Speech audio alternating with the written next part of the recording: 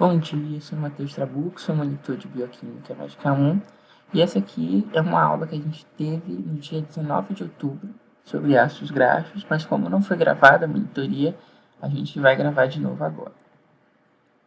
Bora entender um pouquinho sobre a base de vários lipídios, tanto de armazenamento quanto de membrana, que é o ácido graxo.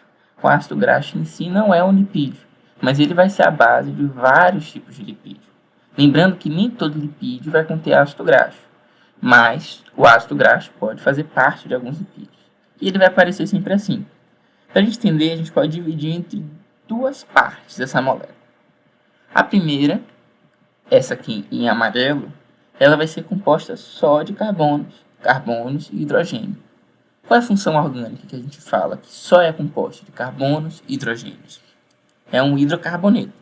Então a cadeia graxa, essa longa cadeia, lembrando que cada pontinho aqui é um carbono, então essa longa cadeia de carbonos, só com carbono e hidrogênio, 17 carbonos e 35 hidrogênios, é a cadeia graxa.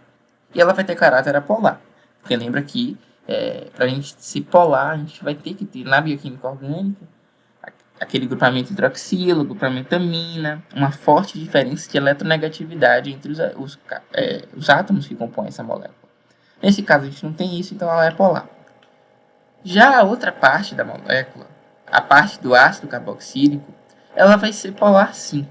Porque ela vai ter hidroxila, ela vai ter acetona aqui, essa dupla ligação com o O. Então, essa função ácido carboxílico vai ser polar. Qual é o nome que a gente dá, então, a uma molécula que junta uma parte apolar com a parte polar? Seria um composto anfótero ou anfipático. Só que acontece que os ácidos graxos são tão grandes, a sua parte apolar é tão grande, que ela predomina sobre o caráter polar do ácido carboxílico. Então, mesmo tendo esse grupamento polar, essa pontinha polar, a gente diz que o ácido graxo é, em si, apolar e não anfótero. Para entender, então, como é que a gente pode contar esses carbonos, porque o mais comum é a gente começar do grupo funcional. Qual é o grupo funcional do ácido graxo? É o ácido carboxílico. Então, normalmente, a gente contaria daqui para cá. Então, 1, 2, 3 e aí vai. A gente pode fazer isso. A gente chama de alfa 1, alfa 2, alfa 18. Mas existe também uma vantagem da gente começar a contar do outro lado da molécula. Então, da outra ponta. Porque essa molécula é muito grande. Então, às vezes, vale mais a pena a gente começar a contar da ponta do que começar a contar do grupo funcional. E a gente vai diferenciar esses diferentes tipos de contagem pela letra alfa e pela letra ômega. Então, o que é alfa 18, nessa pontinha aqui, vira ômega 1. Ou seja, alfa vai sempre começar do grupo funcional e vai para a esquerda. Já o ômega vai começar da pontinha da cadeia graxa e vai em direção ao grupo funcional. Eles são opostos, eles contam de maneiras diferentes e de sentidos opostos. Alfa 1 vai ser ômega 18 e ômega 1 vai ser alfa 18. O último de um é o primeiro do outro e vice-versa. Isso é importante quando a gente for determinar onde estão as insaturações. Então, se eu tiver uma insaturação, por exemplo, no ômega 6, eu vou ter que especificar. Eu estou falando no ômega 6 ou no alfa 15, por exemplo. Nem sei se é 15 aqui. Mas se eu tiver uma insaturação e eu quero especificar onde ela está, eu tenho que também especificar de onde é que eu estou contando. Se eu estou contando no meu grupo funcional ou se eu estou contando da ponta da minha cadeia graxa. E isso vai influenciar. Se eu conto do meu grupo funcional, eu vou contar alfa. E se eu conto da ponta da minha cadeia graxa, eu vou contar ômega. Vamos entender então como é que a insaturação vai entrar aí, porque eu falei que é importante justamente para isso. Porque quando a gente for especificar onde estão as saturações, eu vou ter que dizer também se eu estou contando via alfa ou ômega. Então eu tenho aqui quantas saturações que eu coloquei? 1, 2, 3 insaturações nessa molécula. Aí a gente vê como a nomenclatura pode mudar, a depender também se eu estou contando alfa ou ômega. Note que aqui seria ômega 7, mas também esse mesmo átomo é alfa 12. Aqui seria ômega 2, mas é alfa 17 também, o mesmo carbono. Vai depender então de eu especificar se eu estou contando do grupo funcional ou da ponta da cadeia gráfica. Mas a nomenclatura dos ácidos graxos vão sempre seguir essa mesma lógica. Eu vou pegar o número de carbonos, vou botar 2 pontinhos, o número de saturações depois, e eu vou especificar aonde está a posição dessas saturações na minha molécula. Porque eu tenho uma molécula e os ácidos graxos são geralmente muito longos. Onde é que estão essas saturações? Então, bora fazer esse exemplo aqui pra gente. Ó. Vamos começar com o número de carbonos. Quantos carbonos eu tenho? Eu vou ter 18, né? Então, vou colocar 18. 2 pontos. Qual é o próximo passo? Número de saturações. Quantas saturações eu tenho? 3 insaturações. Então, 18, 2 pontos, 3. E agora eu vou especificar. Beleza, eu tenho 3 saturações. Mas onde essas saturações estão? E aí a gente entra num dilema, né? Porque eu posso escolher tanto o ômega quanto o alfa para dizer onde estão as saturações. Então, o que é que eu vou escolher? Quando eu for colocar esse delta aqui, eu vou estar sempre me referindo ao alfa. Então, se eu colocar aqui 8,12,17, você vai entender que as insaturações que eu estou me referindo aqui são saturações que estão ligadas aos carbonos alfa 8, ao carbono alfa 12 e ao carbono alfa 17. São as 3 insaturações e eu especifico sempre em relação à nomenclatura alfa e não ômega. A não ser que ele vai te falar especificamente. Por exemplo, quando eu tenho os ácidos graxos ômega 6 ou ômega 3. O que é isso? São os ácidos graxos que têm saturação no carbono ômega 3, no carbono ômega 6, e aí vai estar especificado. Mas quando ele não diz nada, geralmente se refere à nomenclatura alfa. Então fica exatamente como a gente colocou. 18 carbonos, destes a 3 saturações. E onde estão essas saturações? Está no alfa 8, alfa 12 e alfa 17. Bora ver esse exemplo aqui para a gente treinar mais um pouquinho. Primeiro, o que é que a gente faz? Número de carbonos. Quantos carbonos a gente tem aqui? 20, ele já contou pra gente, ó. Então, eu vou colocar 20, 2 pontos. Quantas saturações eu tenho na molécula? Eu vou ter 1, 2, 3, 4, 5 saturações. Então, 20, 2 pontos, 5. Agora eu vou especificar onde é que estão as saturações. Coloco delta. E a gente vai contar sempre do alfa, não do ômega. Então, vai ser alfa 5, alfa 8, alfa 11, alfa 14 e alfa 17, né? Que nem cabe aqui. Vai ficar mais ou menos assim. Então, 20 carbonos na minha molécula. Dentro dessa molécula eu tenho 5 insaturações. E onde estão essas saturações? Abre parênteses, coloca delta. E a gente vai especificar o átomo de carbono em alfa, que está mais perto do meu ácido carboxílico, da minha função orgânica. Então, 5, 8, 11, 14, 17. É bem simples. Vamos entender, então, por que a gente se importa tanto com a saturação. Porque a gente tem que especificar qual carbono que tem, porque a gente tem que especificar quantas insaturações tem. É por causa de uma propriedade da insaturação. A gente pode lembrar lá da nossa aula de proteínas que quando a ligação peptídica toma um caráter de insaturação, ou seja, de dupla ligação, ela trava o eixo de rotação daquela proteína. Ele impede que os aminoácidos girem em torno de si mesmos.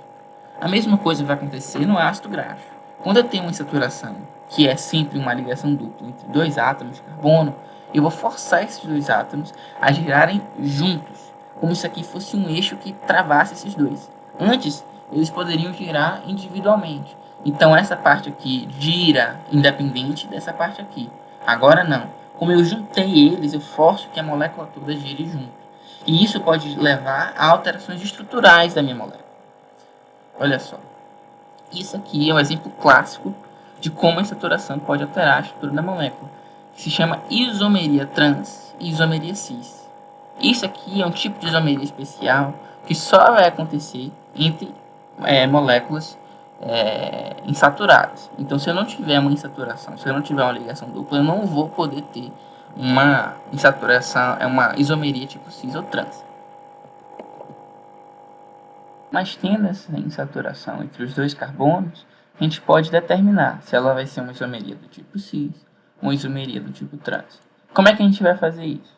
Eu vou olhar para os meus dois carbonos, então esses pontinhos aqui representam os meus carbonos, e eu vou olhar para quem eles estão ligados. Atenção, ligante é diferente de átomo. Então o ligante dele pode ser só um átomo, como está aqui, como pode ser uma cadeia inteira. Isso é importante porque quando a gente fala de ácido graxo, às vezes o ligante de um carbono é o resto da cadeia. Então isso vai influenciar no peso. Porque o que a gente vai olhar para determinar se ele é cis ou trans? A gente vai ver se o ligante mais pesado, ou seja, o ligante maior que ele tem, vai estar no mesmo plano de rotação ou em planos opostos. Aquela mesma coisa que a gente viu em carboidratos, olhando se a hidroxila está para cima ou para baixo, se o último carbono está em cima ou para baixo, é a mesma coisa. A gente vai olhar se o ligante de um está para cima e o ligante do outro também está para cima, ou se os dois estão para baixo. Se os dois ligantes mais pesados dos dois carbonos estiverem no mesmo plano, ou os dois em cima ou os dois embaixo, eles vão ser cis. Mas se um estiver em cima, o outro embaixo, ou vice-versa, ou seja, se os ligantes mais pesados do carbono estiverem em planos opostos, ele vai ser trans. A diferença entre as configurações cis e trans da insaturação vai determinar a estrutura geral do ácido graxo e vai influenciar as propriedades físicas dele. Bora ver então aqui na nossa molécula como é que vai acontecer isso. Eu tenho esses dois carbonos, alfa 12 ou ômega 7 e ômega 6 ou alfa 13. E a gente tem essa insaturação entre eles. Se eu tenho saturação, eu vou ter o que? Isomeria cis-trans. Vamos determinar então se ele é trans ou se ele é cis. Eu vou destacar aqui os dois carbonos que a gente está vendo. E vamos ver os dois ligantes dele. Bem, o primeiro ligante desse aqui é toda essa cadeia. Então, note que a gente falou. Ligante não é átomo. Então, um ligante desse carbono aqui vai ser essa cadeia inteira. Ele está ligado a esse carbono, está ligado a esse carbono, vai ser tudo isso aqui. E o outro ligante dele qual é? Bem, vai ser o hidrogênio. Porque o carbono faz 4 ligações. Então, tem 1, 2, 3, falta uma. A gente vai pensar que ele faz o hidrogênio. Então, esse hidrogênio está para cima, enquanto que a cadeia mais pesada está para baixo. Tá vendo? É fisicamente para baixo. Você consegue ver pelo desenho. E o outro carbono aqui em verde, como é que fica? O ligante dele é toda aquela outra cadeia que a gente viu, que vai até a carboxila. De novo, note que estaria errado eu dizer que o ligante dele é o carbono. Não é só o carbono. É toda a cadeia que vai desse carbono para frente. E qual é o outro ligante dele? Ele tem 1, 2, 3 ligações, falta uma. Ele vai estar ligado também a um hidrogênio. Note aqui então que os ligantes mais pesados desses dois carbonos estão em planos opostos. Ó. Um está indo para baixo, que a gente viu aqui, e o outro está indo para cima, no alfa 12. E o hidrogênio, que é o mais leve, no alfa 12 está indo para baixo, enquanto que no ômega 6, o alfa 13, está indo para cima. Sendo assim, se os meus dois ligantes mais pesados estão em planos opostos, eu digo que ela vai ser uma isomeria trans. E é isso que vai constituir uma gordura trans. Quando a gente vê, por exemplo, nas embalagens que ele contém gordura trans, ele quer dizer que ele contém isomerias com essa configuração, em que eu tenho os ligantes mais pesados em planos opostos. E é importante saber também que a isomeria tipo cis, que a gente acha que é mais saudável, pode se transformar em isomeria trans. Como isso? Se eu der energia para ela. Então, às vezes, eu tenho uma isomeria cis e eu dou energia para ela e ela se torna trans. Um exemplo disso, quando a gente faz uma fritura. Quando a gente pega, por exemplo, a gordura de uma batata frita e a gente frita ela. Quando a gente está fritando, a gente dá energia. E nesse processo de dar mais energia, aquela gordura que era cis pode virar trans. E a gente sabe que a gordura trans é mais perigosa para a gente. Vamos imaginar então aqui. Imaginar não, vamos pegar os dados reais de fusão, ou seja, o ponto em que aquela gordura que era sólida se torna líquida, e a gente vai relacionar com a forma dela. Olha só. Primeiro a gente tem 18,0. O que é que significa? Que eu tenho um ácido graxo com 18 carbonos e nenhuma insaturação. O ponto de fusão dele, 69 3,6 graus, né? Na temperatura ambiente e na temperatura do nosso corpo, esse ácido graxo tomaria que tipo de forma? Ele seria sólido, né? Porque o nosso corpo é 36 graus, mais ou menos. Então, uma gordura dessa dentro da gente seria sólida. Vamos adicionar uma insaturação para a gente ver? A gente adicionou uma só. Então, ele foi 18/1 e delta 9 quer dizer que ele está no carbono alfa 9. O ácido oleico, que é o nome dele. Note que a ponto de fusão diminuiu de 69 para 3,4 graus Celsius. Se a gente continuar adicionando insaturação, olha o que acontece. Adicionei mais uma insaturação agora no carbono alfa 12. E esse ponto de fusão passa de 13 para 5. Continuando, ele vai de 5 para menos 11 graus Celsius. Então, a 0 graus, ele já está líquido. Se eu adicionar mais uma insaturação, 18/4, e aí eu tenho no alfa 5, 8, 11, 14, que foi o que a gente viu lá atrás, a gente tem um ácido araquidônico, ele vai para menos 49,5 graus Celsius. Ou seja, em temperatura ambiente, em temperatura do nosso corpo, isso aqui sempre será líquido. O que é o oposto dessa mesma molécula de 18 carbonos, só que sem saturações. O que a gente percebe? A gente percebe que quanto mais saturações a gente aumenta, menor vai ser o nosso ponto de fusão. Então, a molécula de ácido graxo que tem mais saturação vai ter um ponto de fusão menor, vai se apresentar cada vez mais de forma líquida para a gente. Por que isso acontece? Vamos pensar um pouquinho por que a gente tem essa relação inversa entre o aumento de insaturações e a diminuição da temperatura de fusão.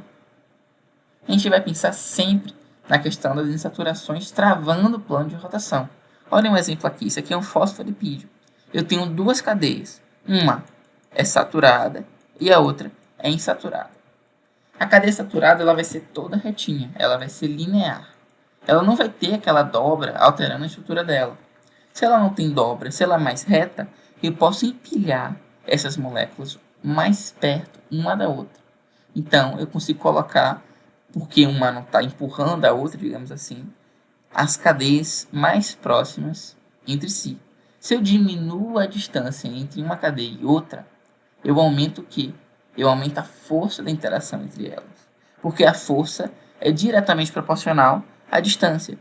Ou, desculpa, é inversamente proporcional à distância. Quanto mais distante eu tenho uma molécula da outra, muito menos forte vai ser a minha força de interação entre elas. A ligação de hidrogênio, por exemplo, que pode acontecer, ou as interações de Van der Waals, as interações hidrofóbicas que acontecem entre os ácidos graxos, vão ser mais fracas se esses ácidos graxos estiverem longe um do outro. Quando eles estão retos, eu consigo empilhar eles mais perto. E se eles estão mais perto um do outro, a força de interação entre eles vai ser mais forte. Por isso, eu aumento a força intermolecular, eu faço mais ligações entre as cadeias, e aí minha coesão, o meu ponto de ebulição vai ser mais forte. Porque eu preciso de mais força para separar essas moléculas que estão mais juntas. E é justamente isso que a gente faz quando a gente aquece, para poder soltar essas moléculas e levar do ponto sólido para o ponto líquido. Já as saturações, as cadeias insaturadas, causam dobras. Perceba que ela estava retinha, até que tem a insaturação e ela faz uma dobra assim. Essas dobras vão fazer com que uma cadeia esteja mais distante da outra. Então a gente aumenta o espaçamento entre uma cadeia e outra. Se eu aumentei o espaçamento, eu diminuo a ligação entre as cadeias, eu diminuo a força intermolecular. Então fica mais fácil para mim separar ainda mais essas cadeias. Então elas têm um ponto de fusão cada vez menor, elas se compactam menos. Olha um outro exemplo aqui. Quando eu tenho uma cadeia saturada, ela fica toda reta. Mas aí eu botei uma saturação aqui e ela toma essa configuração de dobra que não tem nas cadeias insaturadas. E essa dobra vai distanciar uma molécula da outra. Veja que quando ele está retinho, quando ele está saturado, eu posso empilhar uma pertinho da outra. Mas quando ele está insaturado, há uma distância maior entre uma cadeia e outra, olha só. Se essa distância é maior, a força de interação entre essas cadeias vai ser menor do que a interação entre as cadeias saturadas. E por isso que os carbonos insaturados, os ácidos graxos insaturados, vão ter um ponto de fusão muito menor do que o ponto de fusão dos saturados. Porque o insaturado vai ter uma colisão menor, vai ter uma força entre as cadeias menor, vai ser mais fácil para mim separar essas cadeias. Vamos ver então uma outra função desses lipídios, que é o lipídio de armazenamento. Aqui a gente tem duas moléculas. Uma a gente já viu, que é a molécula de ácido carboxílico.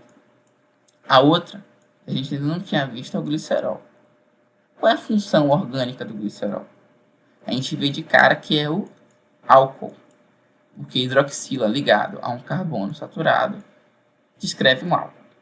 Então, se eu tenho 3 hidroxilas ligadas a 3 carbonos saturados, eu vou ter 3 funções álcool.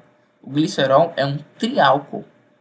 O ol vem justamente de álcool. Então, quando você vê em uma molécula um sufixo ol, você vai sempre pensar que essa molécula vai ter uma predominância de funções álcool.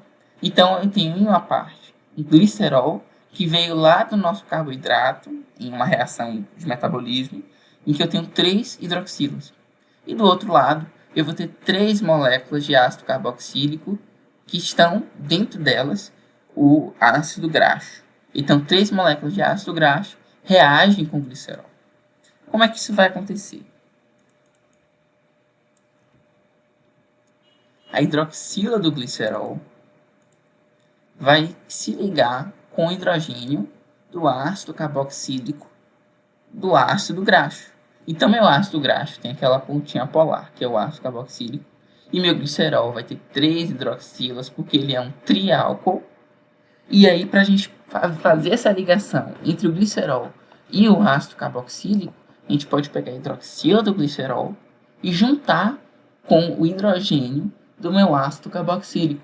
Olha o que vai acontecer. Se eu juntei OH com H, o que eu formo? H2O. Que tipo de reação é essa? A gente já viu. É reação de condensação ou reação de desidratação. Porque a gente tira a água, a gente pega uma hidroxila, tira ela, a gente pega o hidrogênio, tira ele e juntou. H com H, H2O. A gente retirou a água. Quando a gente faz isso, ó, essa hidroxila e esse hidrogênio vão embora com a água. E a gente abre uma valência, ou seja, a gente abre uma possibilidade de ligação entre o oxigênio do ácido carboxílico e o carbono que antes estava ligado com a hidroxila do triálcool. Fazendo então isso, eu consigo ligar diretamente o glicerol com o oxigênio. E aí eu formo o triacilglicerol. Triacil porque eu tenho 3 carbonos, glicerol porque ele veio do glicerol, e ele está se ligando aqui a meu ácido graxo. Esse processo de ligação do glicerol com os ácidos graxos a gente chama de esterificação. A gente pega a hidroxila, pega o hidrogênio de um, junta, forma água, e aí a gente consegue ligar diretamente o glicerol com os 3 ácidos graxos, formando um triacilglicerol. Qual a importância desse triacilglicerol? A importância dele vai ser principalmente de energia. Então, ele vai ser o nosso principal armazenamento de energia. É ele que vai fazer nos nossos adipócitos o armazenamento da energia que a gente for precisar em um momento que a gente está, por exemplo, com baixa quantidade de carboidrato ou de glicogênio. A gente armazena a maior parte da nossa energia na nossa gordura, no nosso adipócito, em forma de triacilglicerol. E por que isso acontece?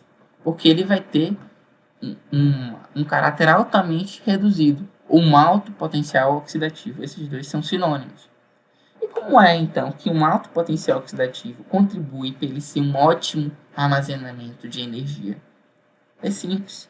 É porque o nosso corpo retira energia principalmente pela oxidação.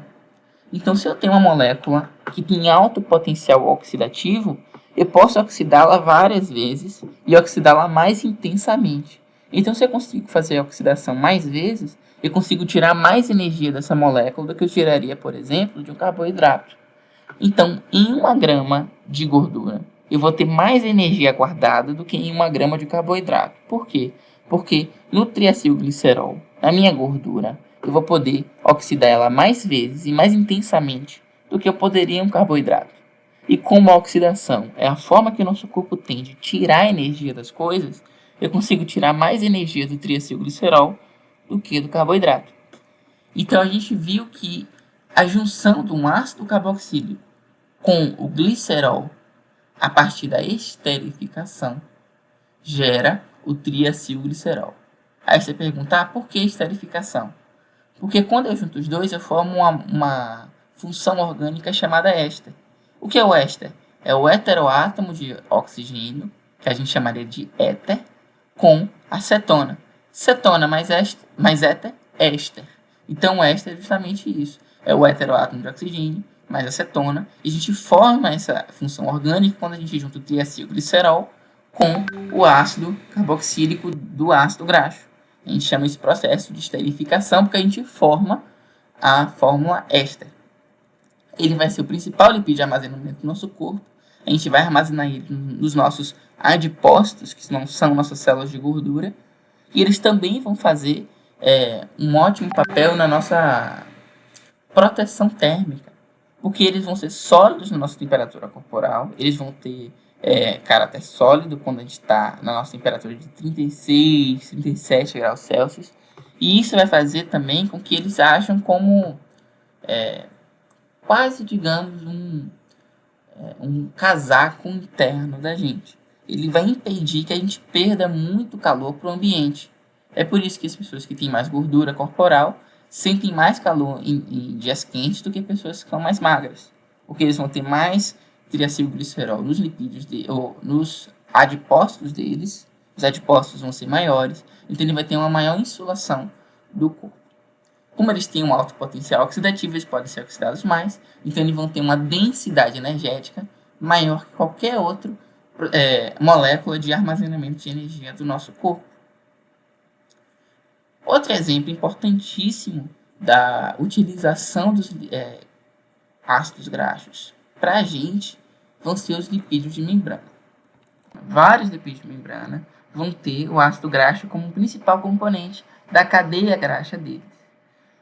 O principal fosfolipídio que a gente vai encontrar na membrana vai ser o glicerofosfolipídio. E ele vai ser justamente composto do ácido graxo, essa cadeia graxa que vai ser apolar, e uma cabeça polar, que vai ser a junção do glicerol com o fosfato. O glicerol, que é um álcool, como a gente viu lá no triglicerol, e o fosfato, que a gente também vai observar nos ácidos nucleicos, e que por ter uma carga negativa vai ser polar. Então eu juntei dois compostos polares para formar uma cabeça polar, e liguei essa cabeça polar a duas moléculas de ácido graxo, formando uma cadeia graxa que é apolar. Então eu vou ter uma molécula que aí sim vai ser anfipática, porque ela vai ter dois grupamentos fortemente polares na nossa cabeça polar e um grupamento que é bem apolar, que vai ser a longa cadeia graxa de carbonos. A gente pode representar assim também. Ele vai ser o principal lipídio da nossa membrana e vai ser ele responsável pela dupla membrana que a gente vai ter. Ou seja, a gente vai ter duas camadas, duas camadas de lipídios. Uma camada que tem a cabeça polar virada para a água extracelular e uma camada que vai ter a cabeça polar virada para a água intracelular, para dentro da célula. E entre essas duas camadas, entre essas duas partes da minha camada, da minha membrana plasmática, eu vou ter uma parte interna que é composta só de cadeias graxas e vai ser fortemente apolar. Então, esses glicerofosfolipídios vão ser os principais lipídios da minha membrana, mas eles não vão ser os únicos. A gente tem vários tipos de lipídios de membrana e só 3 desses aqui que eu estou representando. O triacilglicerol a gente já viu, que é um esqueleto de glicerol unido a 3 moléculas de ácido graxo, e ele vai ter função de armazenamento. Já os lipídios de membrana, eu só apresentei 3 aqui, que são os 3 mais importantes, vão se dividir principalmente entre os glicerofosfolipídios e os esfingolipídios. Qual é a diferença entre os dois? O glicerofosfolipídio está no nome, ó, glicerol, fósforo, o fósforo, que é PO4, e o lipídio porque ele tem essas duas cadeias de ácido graxo. A diferença do glicerofosfolipídio para o esfingofosfolipídio é que, em vez de ter glicerol, o esfingolipídio vai usar esfingosina. Esfingosina é um composto que também é utilizado em alguns outros tipos de lipídio e que pode substituir o glicerol. Então, tem algumas moléculas na nossa membrana que, em vez de utilizar essa fórmula que a gente conhece lá desde o ensino médio, com o glicerol e as duas cadeias de ácido graxo, vão utilizar a esfingosina, só uma cadeia de ácido graxo, e em vez de álcool, vão utilizar colina. Mesma colina que a gente vai ver também em acetilcolina. Então, essa é a diferença fundamental, olha só. Veja que, em vez de a gente ter aquele parte ligado com fósforo e ligado também com o glicerol, a gente vai ter o ácido graxo, uma única cadeia de ácido graxo, ligado diretamente com a esfingosina, com um amino da esfingosina, formando aqui uma amida. A amida é formada da amina com uma cetona, com C dupla O. Então, eu vou ter a cadeia polar da esfingosina. Por que ela é polar? Porque ela tem hidroxila e ela tem a amina, a amida. E por que a gente vai ter a cadeia polar? Porque a gente vai ter a parte apolar do ácido graxo e a parte apolar da esfingosina. Perceba que a esfingosina é quase um ácido graxo. Eles são praticamente iguais na cadeia graxa, só que ele só vai mudar na parte polar dele. Enquanto que o ácido graxo tem um ácido carboxílico, a esfingosina vai ter toda essa parte aqui da amina com hidroxila e com o acetona. Se a gente comparar aqui o glicerofosfolipídio com a esfingosina, a gente percebe logo a diferença entre os dois. Primeiro que o glicerofosfolipídio vai ter duas cadeias de ácido graxo, enquanto que o esfingolipídio só vai ter uma. Ele vai estar ligado ao glicerol, no glicerofosfolipídio, enquanto que na esfingosina a gente não vai ter isso. A gente vai ter o ácido graxo ligado diretamente à esfingosina. A gente não tem aqui o fosfato, mas a gente pode ter. E em vez de ter esse glicerol, o esfingolipídio pode ter a colina.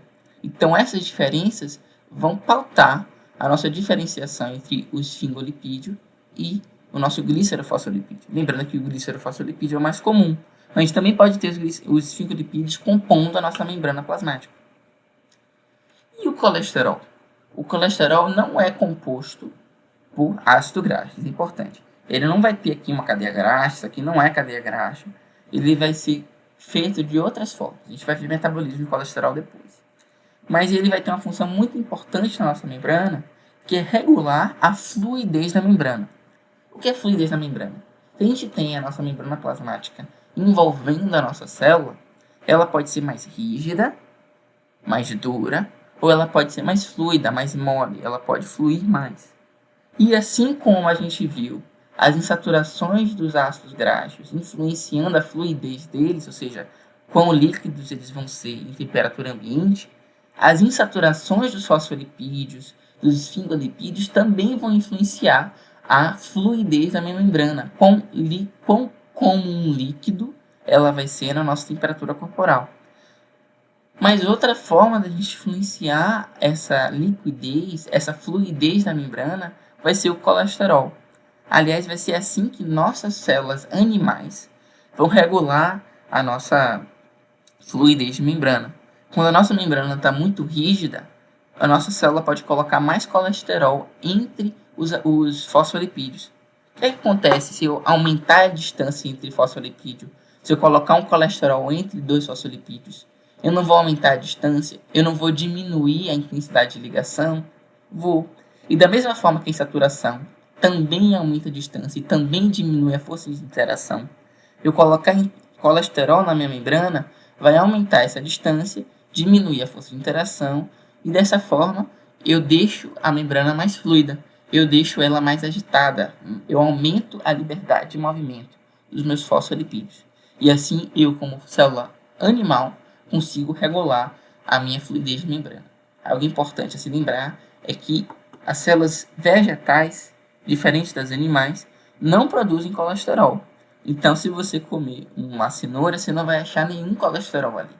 Todos os produtos derivados de plantas, de vegetais, vão ser 0% colesterol, porque os vegetais não produzem colesterol, enquanto que os animais, sim.